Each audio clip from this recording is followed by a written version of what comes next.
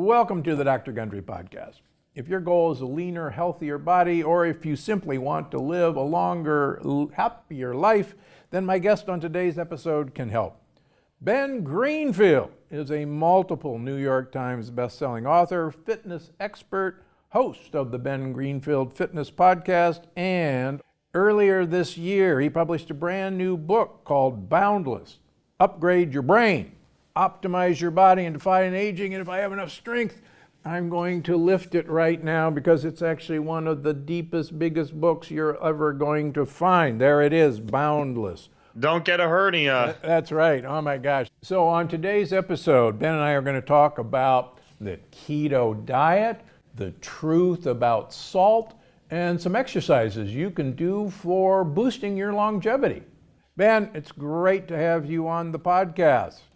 Welcome. Well, it's great to be here. I was commenting before we began recording. I feel as though I should have worn a tie and a suit coat. You look so nice, and I'm in my office on my bare feet on my treadmill wearing my old tattered hoodie. But I guess I'm just gonna have to let you show me up. No, it's kind of how I expect to see you, and our listeners want to see you, in your element. So thanks for doing that. All right, so there's some great stuff in your new book, but you say that plant-based diets can lead to amino acid deficiencies and cognitive decline.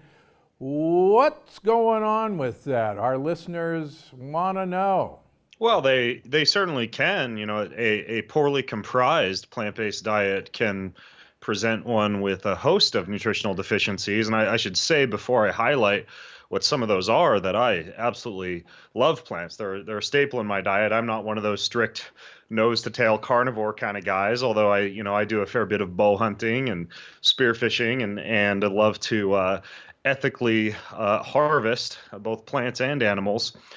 Just yesterday, I went out to the wild nettle patch, which is growing about 500 yards outside my house in the forest now, and I harvested a bunch of wild nettle and took up some wild mint and some plantain leaves and a little bit of a dandelion leaf on the way home, and stopped by our little herb garden and grabbed some rosemary and thyme, and I took all that back into the kitchen.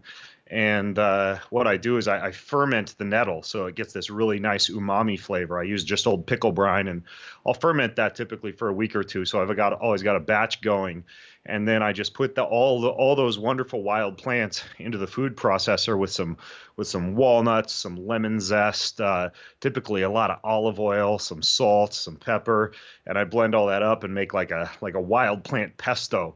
But of course, I tend to smear that on a big old ribeye steak. So I'm an omnivore, and when it comes to plants, if you're eating strictly plants, I would say that the main things you need to be aware of would be vitamin B12 deficiencies, as the lion's share of vitamin B12 is going to come from animal foods, and of course that can be skirted with, for example, the use of like a sublingual vitamin B spray, like a methylated vitamin B, like a B12 spray, or some people use even like intramuscular injections of vitamin B. Another one is creatine, and creatine I think is incredibly important. It's a very underemphasized